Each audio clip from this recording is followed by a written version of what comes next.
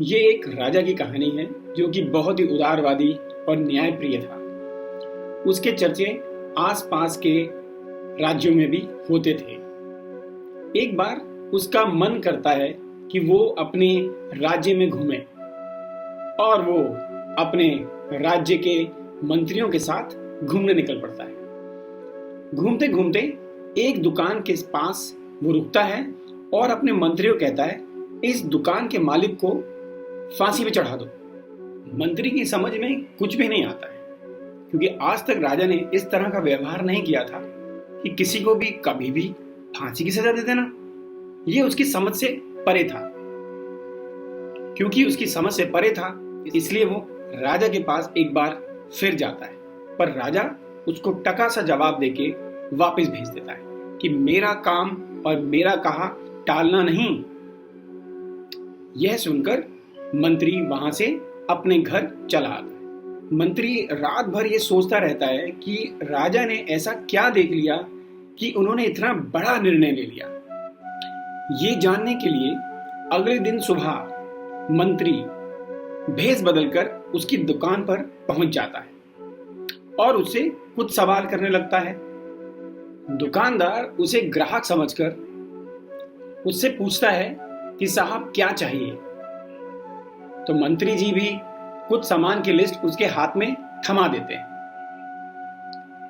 जब तक दुकानदार सामान इकट्ठा कर रहा होता है तो मंत्री जी उससे सवाल करते हैं कि भाई काम काज कैसा चल रहा है। तो वो तुरंत जवाब देता है कि भाई ठीक चल रहा है, कुछ आमदनी हो ही जाती है, पर ये देखो ना मेरे पास इतनी अच्छी शीशम की लकड़ियां पड़ी हैं, लोग आते हैं इसको सूंघते हैं, इसकी सुगंध के बारे में बताते हैं कि बहुत अच्छी सुगंध आ रही है, पर लेता कोई नहीं है। और मैं यहाँ पर अकेला ही विक्रेता हूँ जिसके पास इस तरह की लकड़ी है जो इतनी सुगंधित है, पर फिर भी कोई यहाँ पर ग्राहक नहीं मिल रहा। अब तो सोचता हूँ कि राजा जब मरेगा तब उसकी चिता के लिए तो शीशम की लकड़ियां चाहिए होंगी। मैं तो उसी का इंतजार कर रहा हूं, कब वो मरे और कब मेरी शीशम की लकड़ियां बिक जाएं। मंत्री को सारी कहानी समझ में आ जाती है। ये सब जानकर मंत्री कुछ लकड़ियां भी ले लेता है और उसको किसी उपहार की तरह बांध देता है और सीधे राजा के राजमहल पहुंच जाता है और राजा से कहता है कि वो जो दुकान वाला था उसने आपके लिए उपहार भेजा है।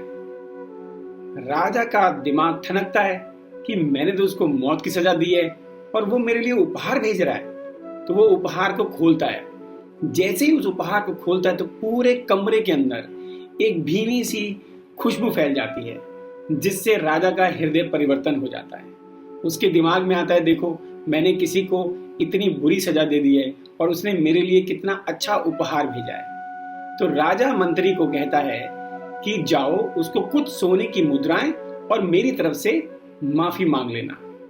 मंत्री वैसा ही करता है और सोने की मुद्राएं लेके उस दुकानदार के पास पहुंचता है और दुकानदार को मुद्राएं देते हुए बोलता है कि राजा जी ने ये मुद्राएं तुम्हारे लिए भेजी हैं और साथ ही आपसे माफी भी मांगी है।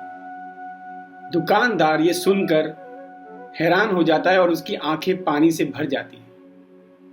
वो मन में ये सोचता है कि जिसके लिए मैं मौत मांग रहा था, जिसके मरने का फायदा उठाना चाहता था, उसने मेरी जिंदगी भर की गरीबी दूर कर दी है। और वो अपने पाप के लिए भगवान से माफी मांगता है। अगर आप किसी के बारे में मन में भी दुर्विचार रखते हैं तो वो नेगेटिविटी, वो नकारात्मकता दूसरे तक पहुंच ही जाती है, भले ही आप चाहें या ना चाहें। अगर आप चाहते हैं कि आपके साथ अच्छा हो तो आपको दूसरों के साथ भी अच्छा करना पड़ेगा। और अगर आप कमाल करना चाहते हैं अपने जीवन में तो अपने जीवन को सकारात्मक विचारों से भरिए। अगर आपको ये कहानी पसंद आई हो तो लाइक कीजिए, शेयर कीजिए, सब्सक्राइब कीजिए। धन्यवाद। आपका दिन शुभ रहे।